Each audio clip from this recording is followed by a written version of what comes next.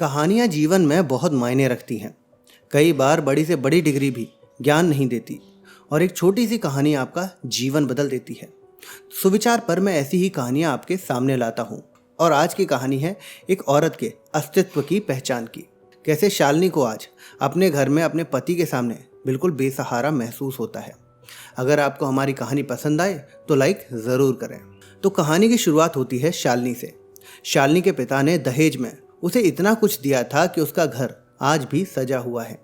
शालिनी आज बहुत खुश थी और ये सोचकर अपनी पसंद का गाना गुनगुना रही थी कि तभी उसका पति शेखर घर आ गया और उसे खुश देखकर पूछने लगा, क्या बात है, आज बहुत खुश हो? शालिनी ने मुस्कुराते हुए शेखर की तरफ देखा और बोली, मैं अपनी माँ के पास जा रही हूँ, इसलिए बहुत खुश हूँ, जैसे तुम मेरे मायके जाने के नाम पर चहकने लगते हो। इस पर शेखर बोला, आखिर कब का प्रोग्राम है मैडम का? जिस पर शालिनी बोली, परसों जाऊंगी। और अच्छा सुनो, शाम को बाहर जाते समय पैसे निकलवाते लाना। जैसे ही शालिनी ने ये बोला, शेखर तुरंत बोल पड़ा, क्यों, पैसे का क्या करना है?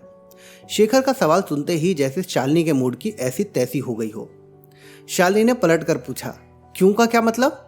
जिस पर शेखर ने मामला बिगड़ता हुआ देखकर बात को संभालते हुए बोला, अरे स्वीट हार्ट, मेरा मतलब है मायके जा रही हो तो पैसे का क्या करोगी? तुम्हारी मम्मी तो बेटी के घर से कुछ लेती ही नहीं, तो फिर आखिर इन पैसों का क्या करोगी? ये सुनकर शालिनी को शेखर की चिकड़ी चुपड़ी बातों पर बहुत गुस्सा आया और शेखर की बाहें जो उसने बहलाने के लिए शालिनी के गले में डाली, उन्हें झटकते हुए शालिनी तुरंत बोली, चलो रहने दो, मत निकलवाना पैसे। मैं एक काम करूंगी, जो भी खर्च होगा पापा से ले लूंगी और उन्हें कह दूंगी कि थोड़े बहुत पैसे शेखर के लिए भी दे दो। ये कहकर वो किचन की तरफ चली गई। ऐसा सुनकर मानो शेखर के पैरों के नीचे से जमीन खिसक गई और वो शालिनी के पीछे पीछे भागा और बोला, ये क्या कह रही हो तुम, पागल हो गई हो क्या? मुझे क्या कमी है जो मैं उनसे पैसे लूं? शालिनी ने चावल का पतीला गैस पर चढ़ाया और मन ही मन सोचा कि शायद अब उसकी बात बन गई है, इसलिए वो अपनी मुस्कान दबाकर पीछे मुड़कर बोली, यही तो मैं कह रही हूँ कि तुम्हें क्या कमी है जो तुम उनसे खर्च करवाने की बात कर रहे हो? जिस पर शेखर हकलाते हुए बोला, मैं तो बस। जिस पर शालिनी ने मुंह घुमाते हुए उसकी बात को दोबारा बोला, मैं तो बस क्या शेखर, और वैसे भी तुमसे जो पैसे मैं मांग रही हूँ वो तुम्हारे घर की शॉपिंग करने के लिए ही मांग रही हूँ। शालिनी ऐसा कहकर वहाँ से गुस्से में चली गई। शालिनी को ऐसे गुस्से में जाता देख शेखर ने उससे पूछा, कहाँ चली? जिस पर शालिनी बोली, मैं घर पर फ़ोन करके उन्हें मना कर रही हूँ कि इस बार शेखर का हाथ थोड़ा तंग है तो मैं नहीं आ पाऊँगी और अब मैं वर्क फ्रॉम होम या ऑनलाइन कोचिंग की तरह कुछ शुरू करूँगी और अपने पैसे से खर्चा करूँगी।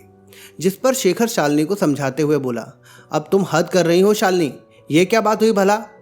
जिस पर शालिनी ने शेखर की एक बात न सुनी और उससे बोली, नहीं शेखर, हद तुमने पार की है।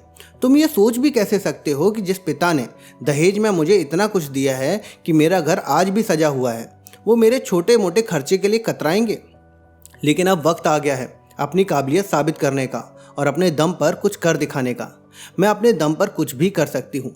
शालिनी ऐसा कहकर वहाँ से चली गई और शेखर वहीं खड़ा उसके बारे में सोचता रह गया।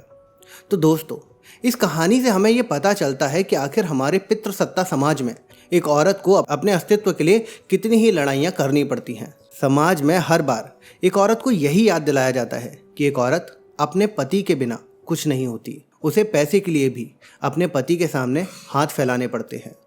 मैं उम्मीद करता हूँ कि आपको हमारा आज का सुविचार पसंद आया होगा, तो आप अपनी राय कमेंट बॉक्स में ज़रूर लिखें। वीडियो पसंद आई है तो वीडियो को लाइक करें, अपने दोस्तों के साथ शेयर करें।